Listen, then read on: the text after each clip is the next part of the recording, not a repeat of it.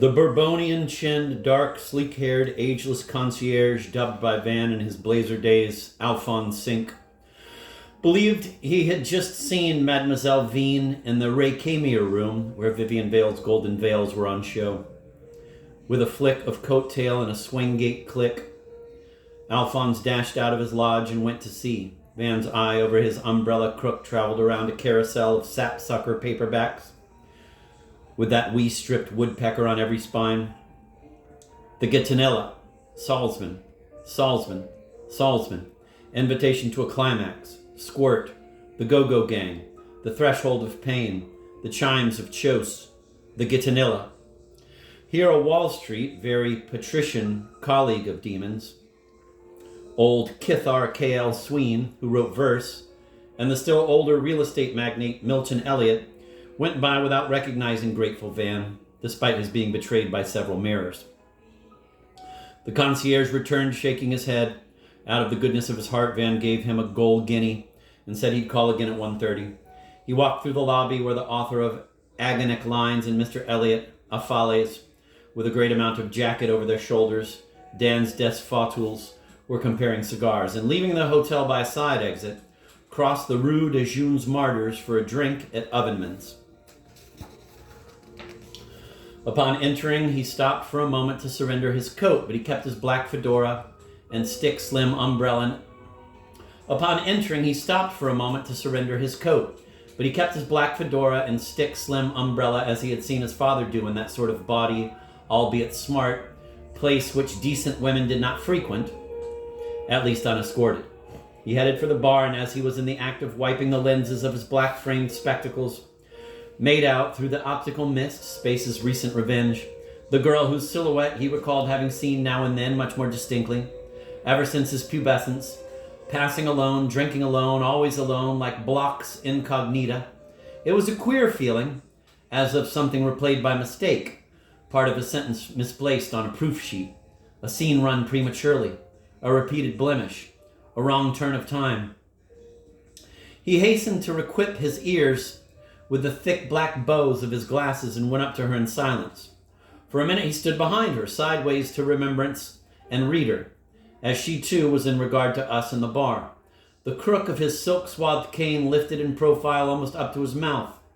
There she was, against the aureate backcloth of a Sakurama screen, next to the bar toward which she was sliding, still upright, about to be seated, having already placed one white-sleeved romantic black dress with an ample skirt, having already placed one white-gloved hand on the counter. She wore a high-necked, long-sleeved romantic black dress with an ample skirt, fitted bodice and ruffy collar, from the black soft corolla of which her long neck gracefully rose. With a rake's morose gaze, we follow the pure, proud line of that throat, of that tilted chin. The glossy red lips are parted, avid and fey, offering a side gleam of large upper teeth. We love that high cheekbone, with an atom of powder puff sticking to the hot pen skin, and the forward upsweep of black lashes and the painted feline eye. All this in profile, we softly repeat, from under the wavy wide brim of her floppy hat of black fail, with a great black bow surmounting it. A spiral of intentionally disarranged, expertly curled bright copper descends her flaming cheek, and the light of the bar's gem bulbs plays on her bouffant front hair, which, as seen laterally, convexes from beneath the extravagant brim of the picture hat right down to her long, thin eyebrow. Her Irish profile sweetened by a touch of Russian softness, which adds a look of mysterious expectancy and wistful surprise to her beauty, must be seen, I hope, by the friends and admirers of my memories, as a natural masterpiece incomparably finer and younger than the portrait of the similarly postured, lousy jade with her Parisian gold de Guinan on the vile poster painted by that wreck of an artist for Ovenman. "Hello there, Ed," said Van to the barman, and she turned at the sound of his dear rasping voice. "I didn't expect you to wear glasses. You almost got le paquet," which I was preparing for the man supposedly goggling my hat. "Darling Van, dushka moi. Your hat," he said, "is positively Lautremontesque. I mean, Lautreka-esque. No, I can't form the adjective." Ed Barton served Lucette what she called a chamberisette. "Gin and bitter for me. I'm so happy and sad," she murmured in Russian. "Moyo grustno shatsi." How long will you be in Old Lute? Van answered he was leaving next day for England, and then on June 3rd, this was May 31st, would be taking the Admiral Tabakov back to the States.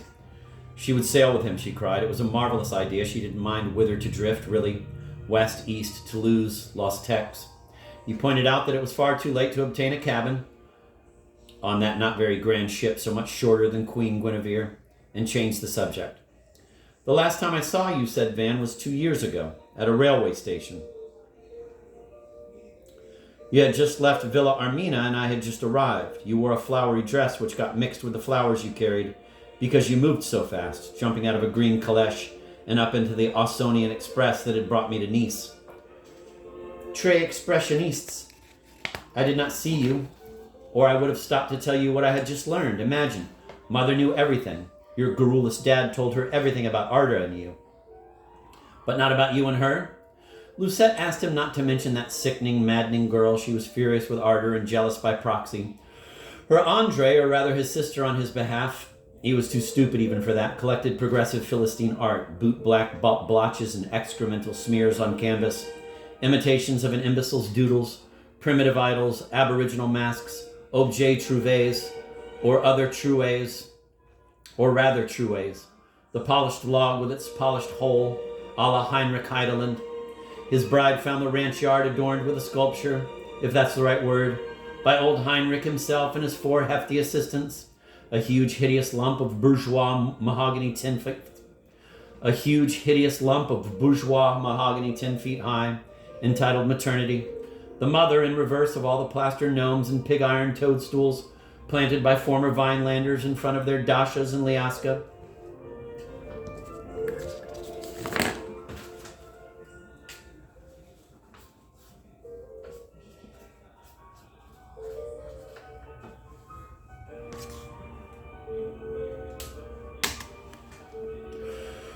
The barman stood wiping a glass in endless slow motion as he listened to Lucette's denunciation with the limp smile of utter enchantment. And yet, Odnako, said Van in Russian, you enjoyed your stay there in 1896, so Marina told me. I did not, Nichego Podobnago. I left Agavia minus my luggage in the middle of the night with sobbing Bridget. I've never seen such a household. Ardor had turned into a dumb broon. The table talk was limited to the 3 C's, cactuses, cattle, and cooking, with Dorothy adding her comments on Cubist mysticism. He's one of those Russians who shliopayut, slap, to the toilet barefoot, shave in their underwear, wear garters, consider hitching up one's pants indecent, but when fishing out coins hold their right trouser pocket with the left hand or vice versa, which is not only indecent but vulgar. Demon is perhaps disappointed they don't have children, but really, he engripped the man after the first flush of father-in-lawhood. Dorothy is a prissy and pious monster who comes to stay for months, orders the meals, and has a private collection of keys to the servants' rooms, which our dumb brunette should have known, and other little keys to open people's hearts. She has tried, by the way, to make a practicing Orthodox not only of every American Negro she can catch, but of our sufficiently pravoslavnaya mother, though she only succeeded in making the Tremertu stocks go up. One beautiful nostalgic night. Po-Ruski, said Van, noticing that an English couple had ordered drinks and settled down to some quiet auditing. Kak no nachu, one night, when Andre was away having his tonsils removed or something. Dear, watchful Dorochka went to investigate a suspicious noise in my maid's room and found poor Bridget fallen asleep in the rocker and Ardor and me, Triamurshri Steranoi, reshaking old times, on the bed. That's when I told Dora I would not stand her attitude and immediately left for the Monarch Bay. Some people are certainly odd, said Van. If you've finished that sticky stuff, let's go back to your hotel and get some lunch. She wanted fish. He stuck to cold cuts and salad. You know whom I ran into this morning? Good old Greg Erminen. It was he who told me you were around. His wife, est un peu snob. What? Everybody is un peu snob, said Lucette. Your Cordula, who is also around, cannot forgive Shura Tobak, the violinist, for being her husband's neighbor in the telephone book. Immediately after lunch, we'll go to my room, a numb 25, my age. I have a fabulous Japanese divan and lots of orchids just supplied by one of my beaux. Ach, Bože moi. It has just occurred to me. I shall have to look into this. Maybe they are meant for Bridget, who is marrying after tomorrow at 3:30, a head waiter at the Alphonse Troy in Auteuil. Anyway, they are greenish with orange and purple blotches, some kind of delicate Oncidium, cypress frogs, one of those silly commercial names. I'll stretch out upon the divan like a martyr. Remember?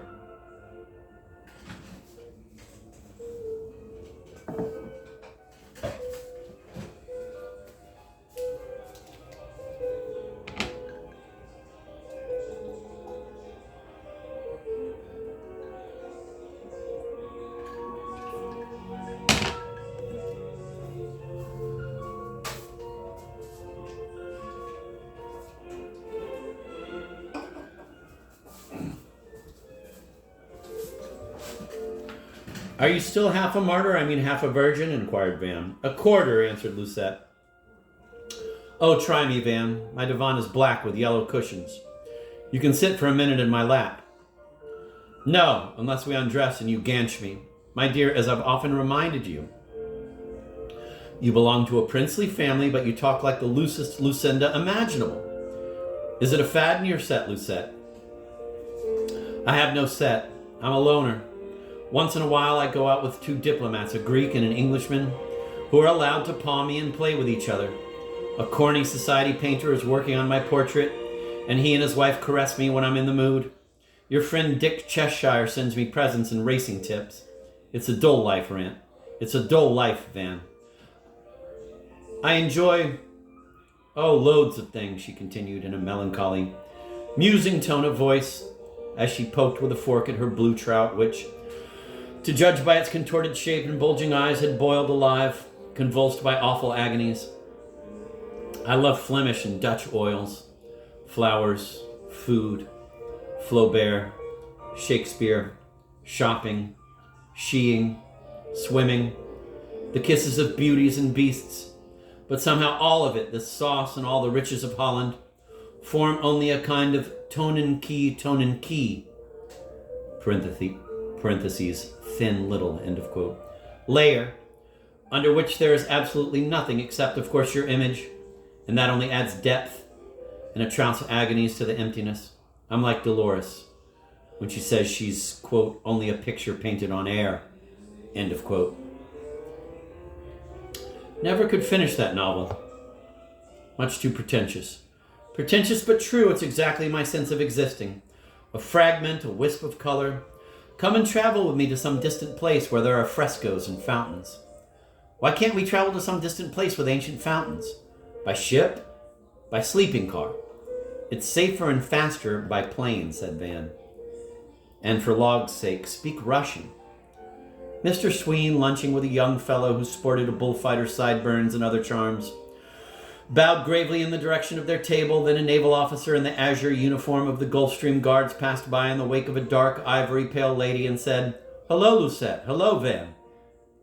"Hello, Alf," said Van, whilst Lucette acknowledged the greeting with an absent smile.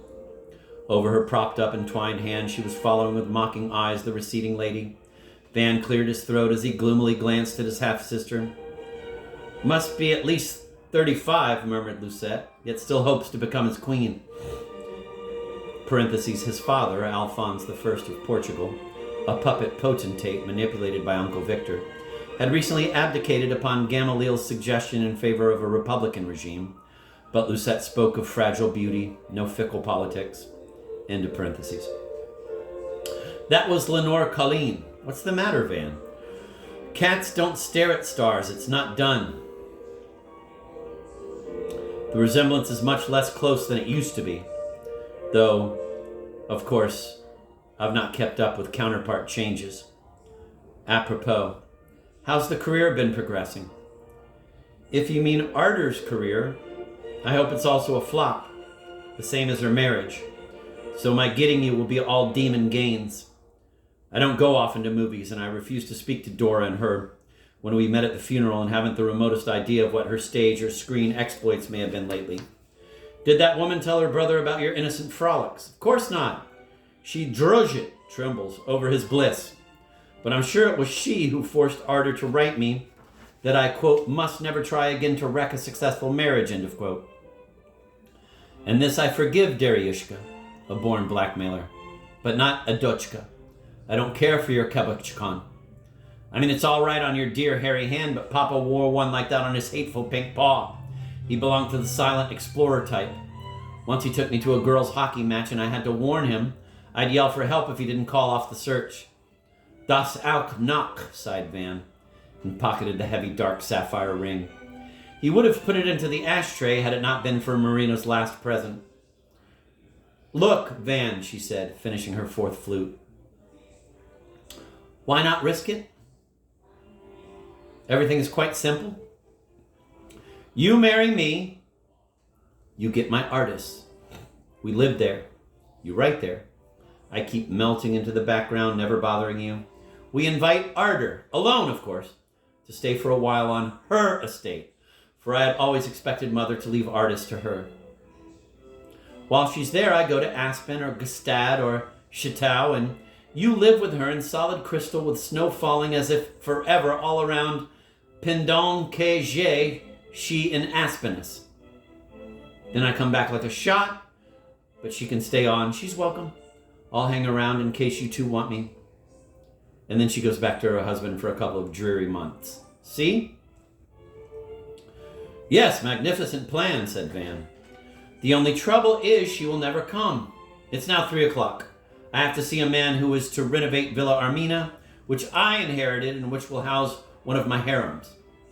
Slapping a person's wrist that way is not your prettiest mannerism on the Irish side. I shall now escort you to your apartment. You are plainly in need of some rest. I have an important telephone call to make, but I don't want you to listen, said Lucette, searching for the key in her little black handbag. They entered the hall of her suite. There, firmly resolved to leave in a moment, he removed his glasses and pressed his mouth to her mouth. And she tasted exactly as Ardor at Artis in the early afternoon, sweet saliva, salty epithelium, cherries, coffee. Had he not sported so well and so recently, he might not have withstood the temptation, the unpardonable thrill. She plucked at his sleeve as he started to back out of the hallway. Let us kiss again, Lucette kept repeating, childishly, lispingly, barely moving her parted lips, in a fussy, incoherent daze, doing her best to prevent him from thinking it over, from saying no.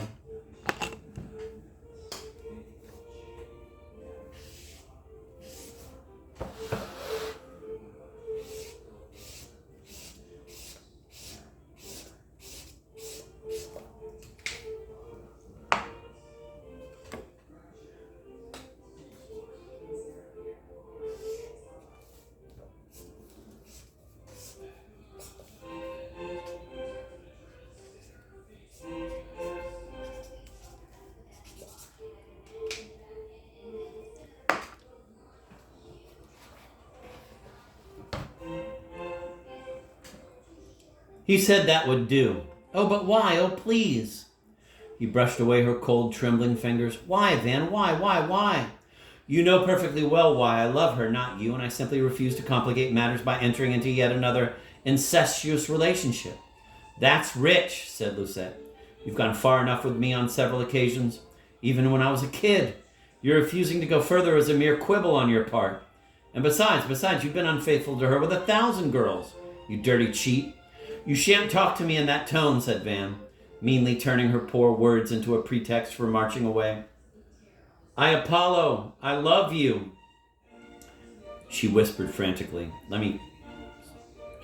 I, Apollo, I love you, she whispered frantically, trying to cry after him in a whisper because the corridor was all door and ears, but he walked on, waving both arms in the air without looking back, quite forgivingly, though... But he walked on, waving both arms in the air without looking back, quite forgivingly, though, and was gone.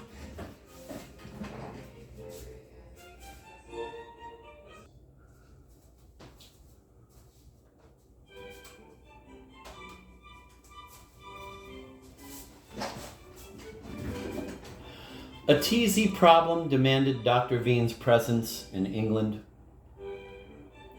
Old Parr of Chos had written him that the clinic would like him to study a singular case of chromesthesia, but that given certain aspects of the case, such as a faint possibility of trickery, Van should come and decide for himself whether he thought it worth the trouble to fly the patient to Kingston for further observation. One Spencer Muldoon, born eyeless, aged 40, single, friendless, and the third blind character in this chronicle, had been known to hallucinate during fits of violent paranoia, calling out the names of such shapes and substances as he had learned to identify by touch or thought he recognized through the awfulness of stories about them, falling trees, extinct saurians, and which now pressed on him from all sides, alternating with periods of stupor followed invariably by a return to his normal self, when for a week or two he would finger his blind books or listen, in red-lidded bliss, to records of music, bird songs, and Irish poetry.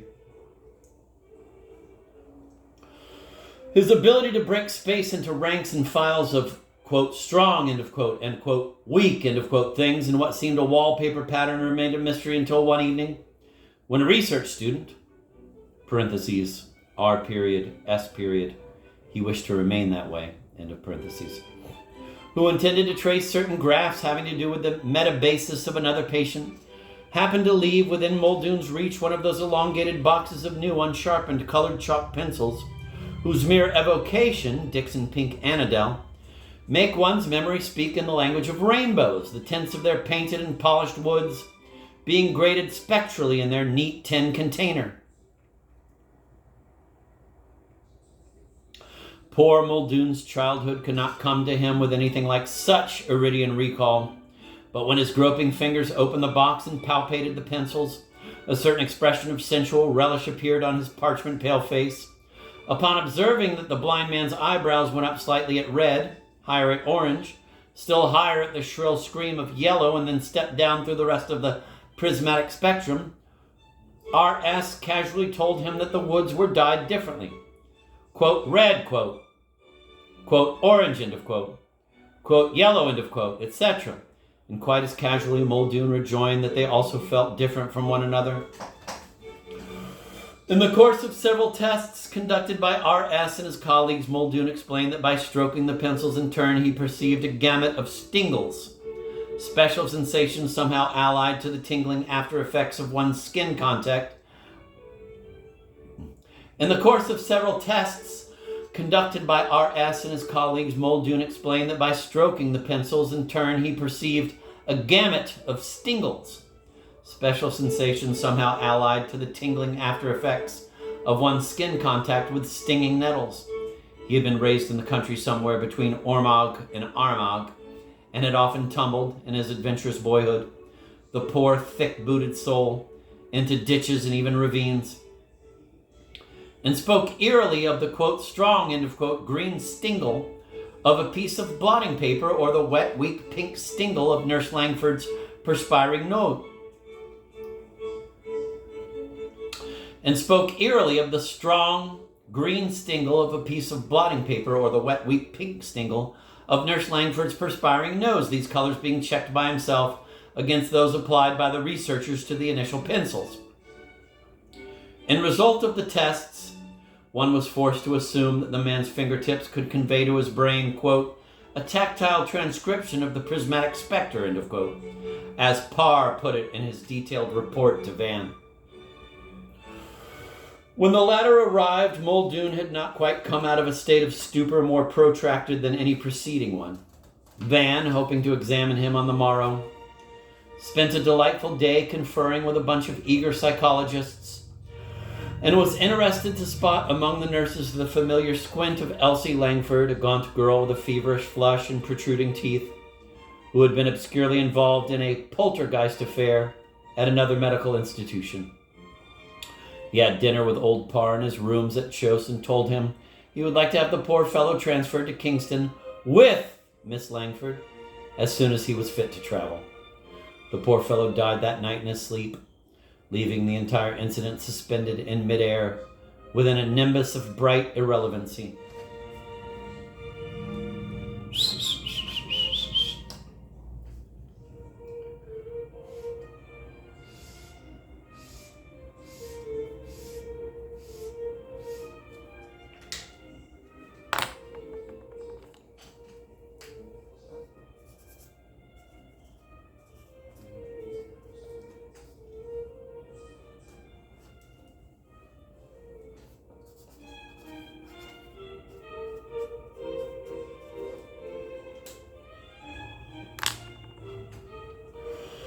Van, in whom the pink blooming chestnuts of Chos always induced an amorous mood, decided to squander the sudden bounty of time before his voyage to America on a 24-hour course of treatment at the most fashionable and efficient of all the Venus villas in Europe.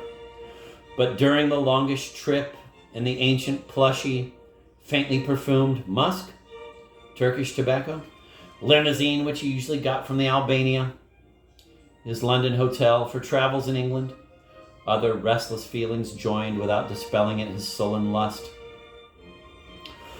Rocking along softly, his slippered foot on a footrest, his arm in an arm loop, he recalled his first railway journey to Ardis and tried what he sometimes advised a patient doing in order to exercise the, quote, muscles of consciousness, end of quote.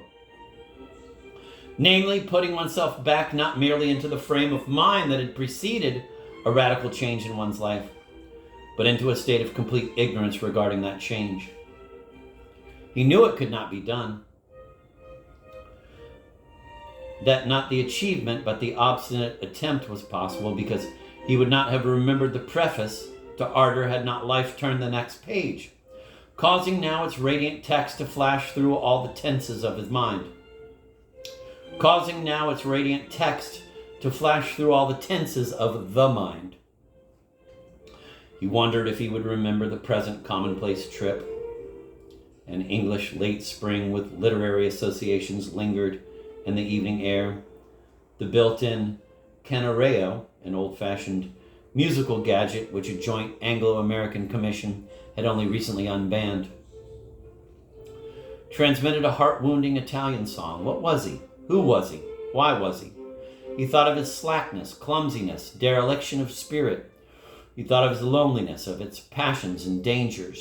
He saw through the glass partition the fat, healthy, reliable folds of his driver's neck, idle images cued by Edmond, simple Cordula, fantastically intricate Lucette, and, by further mechanical association, a depraved little girl called Lisette in Cannes, with breasts like lovely abscesses, whose frail favors were handled by a smelly big brother in an old bathing machine.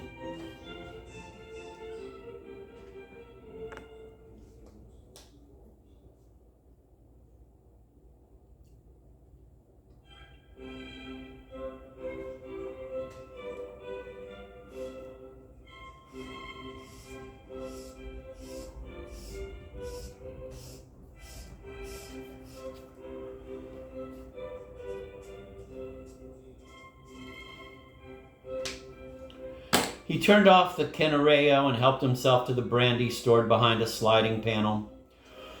Drinking from the bottle because all three glasses were filthy, he felt surrounded by crashing great trees and the monstrous beasts of unachieved, perhaps unachievable tasks. One such task was Ardor, whom he knew he would never give up. To her he would surrender the remnants of his self at the first trumpet blast of destiny. Another was his philosophic work, so oddly impeded by its own virtue by that originality of literary style which constitutes the only real honesty of a writer.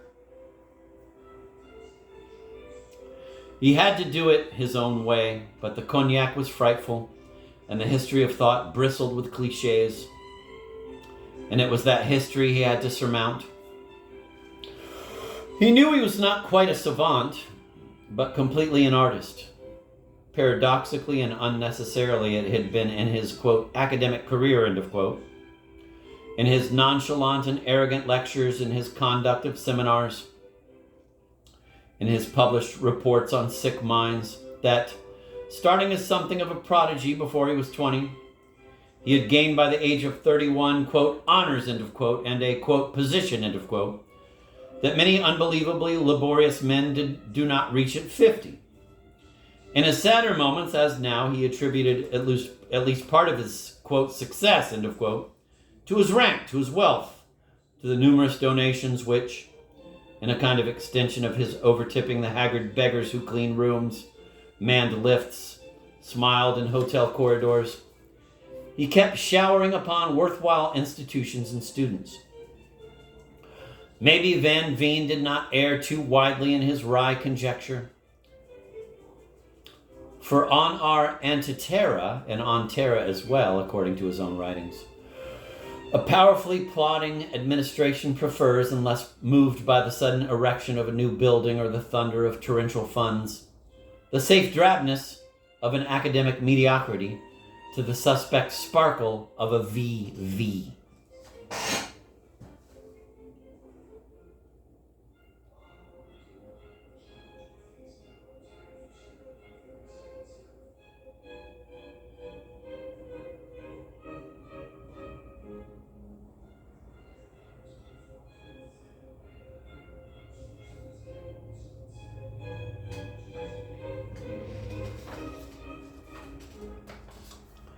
Nightingale sang.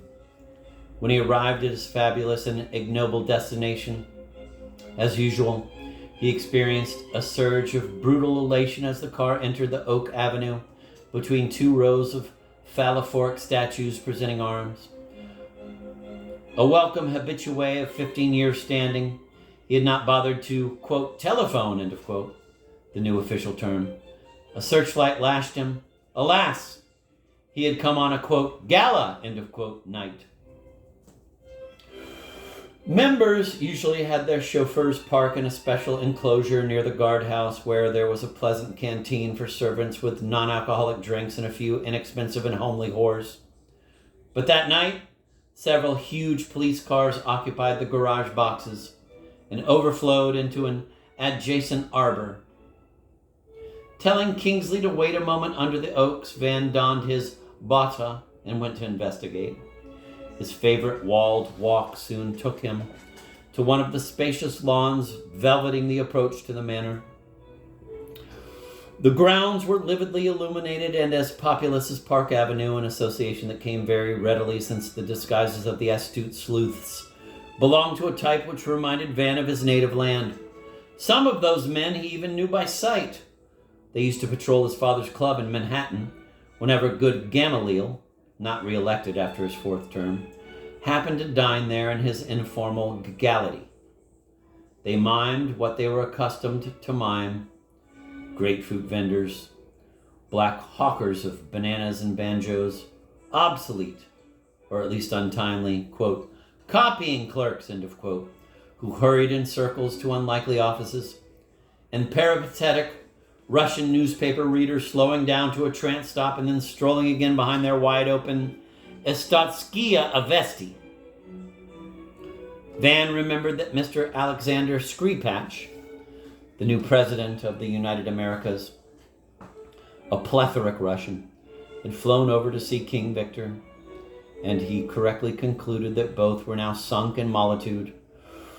The comic side of the detective's display, befitting perhaps their dated notion of an American sidewalk, but hardly suiting a weirdly illumined maze of English hedges, tempered his disappointment as he shuddered squeamishly at the thought of sharing the frolics of historical personages, or contenting himself with the brave-faced girlies they had started to use and rejected.